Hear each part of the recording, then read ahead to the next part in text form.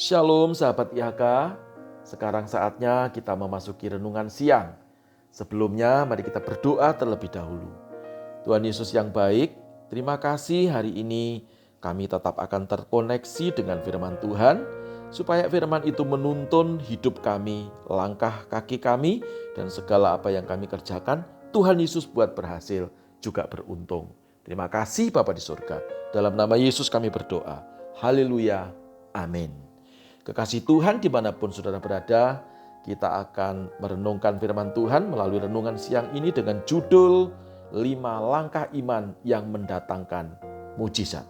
Biarlah renungan IHK siang hari ini memberkati kita semuanya. Kita belajar dari Markus pasal yang ke-10 ayat yang ke-47-48. Alkitab berkata, ketika didengarnya bahwa itu adalah Yesus orang Nazaret, mulailah ia berseru, Yesus anak Daud, kasihanilah aku. Banyak orang menegurnya supaya ia diam. Namun semakin keras ia berseru, anak Daud, kasihanilah aku. Kisah ini adalah kisah yang dialami oleh seorang buta namanya Bartimeus, anak Timeus. Dilahirkan tidak beruntung atau tidak seperti orang yang lain, tidak bisa melihat. Tetapi mujizat terjadi ketika Bartimeus bertemu dengan sang pembuat mujizat yang namanya Tuhan Yesus Kristus. Alkitab mengatakan tanpa iman kita tidak bisa menyenangkan Tuhan. Mujizat hanya datang lewat satu cara, yaitu iman. Artinya semua orang boleh datang kepada Tuhan, tetapi harus memiliki iman dan percaya seperti Bartimeus. Ketika Bartimeus memiliki iman dan percaya kepada Tuhan, dia kerjakan 5 langkah imannya, maka yang terjadi, matanya dicelikkan Tuhan. Yang buta bisa melihat. Siang hari ini kita mau belajar 5 langkah iman apa yang dikerjakan oleh Bartimeus. Yang pertama, Bartimeus memiliki keinginan. Apa keinginannya? Ayat yang ke-47 dari Markus pasal yang ke-10 berkata, ketika didengarnya bahwa itu adalah Yesus orang Nazaret, mulailah ia berseru, anak Daud, kasihanilah aku. Dia minta belas kasihan, bukan minta uang, bukan minta makanan, tetapi keinginannya adalah bisa melihat. Pada waktu keinginannya bisa melihat lalu berjumpa dengan sang pembuat mujizat, Tuhan tidak memberi makanan, Tuhan tidak memberi uang, tetapi dia menangkap keinginan hati Bartimeus dan mulutnya berkata, aku mau melihat.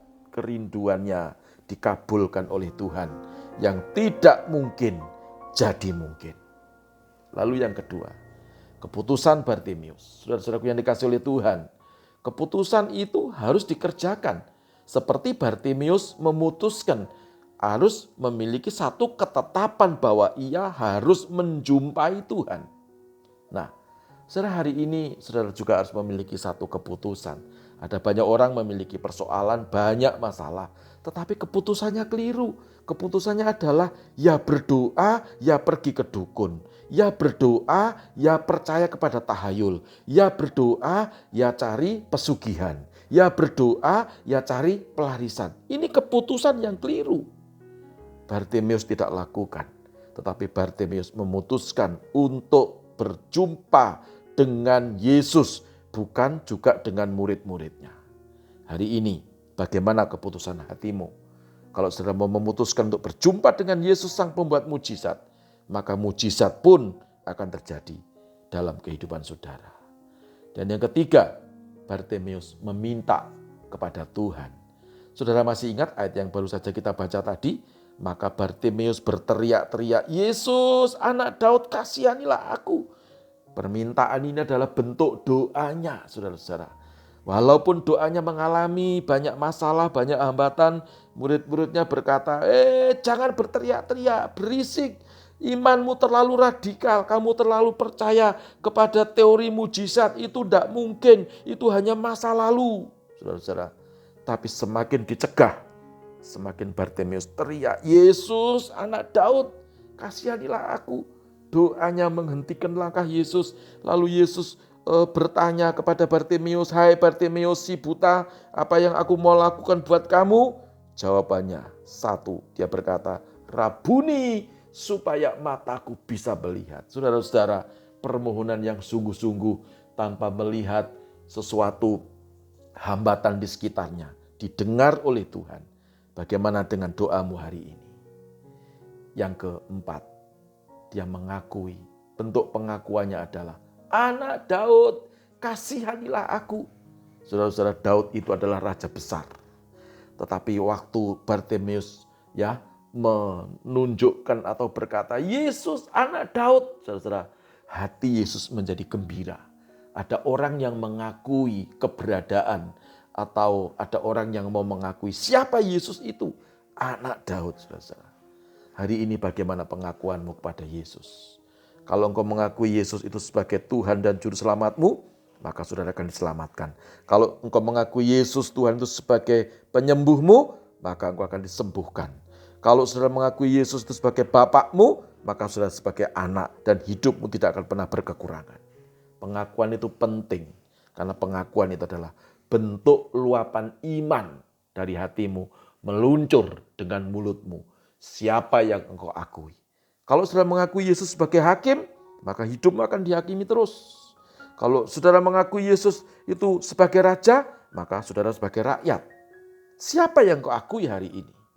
Kalau engkau mengakui sekali lagi Yesus sebagai Bapakmu, maka saudara sebagai anak. Engkau akan menerima ahli waris kerajaan surga dalam nama Yesus. Dan yang terakhir, yang kelima, Bartimeus melakukan imannya. Markus 10 ayat yang ke-50. Lalu ia menanggalkan jubahnya. Ia segera berdiri dan pergi mendapatkan Yesus. Saudara-saudara, ini langkah iman. Dia tanggalkan jubahnya, dia berdiri, lalu dia mendapati Yesus. Dan mujizat terjadi. Saudara-saudara, kalau saudara ingin mendapatkan mujizat hari ini, mari lakukan 5 langkah. Saya berdoa, apapun yang menjadi pergumulanmu, Tuhan jawab dalam nama Yesus. Mujizat masih ada, mujizat terjadi. Jangan khawatir, Yesus yang kita sembah, yang luar biasa itu, Sang Pembuat mujizat, hari ini ada di hadapanmu. Berdoa sungguh-sungguh, Anda akan menerima apa yang Anda doakan. Dalam nama Yesus. Mari kita tundukkan kepala, kita berdoa. Tuhan, terima kasih. Kami sudah belajar akan kebenaran firman-Mu. Di tengah-tengah pekerjaan kami tetap terkoneksi dengan Tuhan. Kami mau mengalami mujizat, sehingga apa yang kami kerjakan dalam hidup ini berhasil dan beruntung. Kami jadi kepala dan bukan jadi ekor, naik terus dan tidak pernah turun. Itu terjadi atas hidup kami. Demi nama Yesus kami berdoa. Haleluya, sama-sama berkata, amin. Selamat beristirahat, selamat menikmati berkat Tuhan, dan juga selamat melanjutkan pekerjaan Anda di siang hari ini. Tuhan Yesus memberkati kita semuanya. Salam IHK.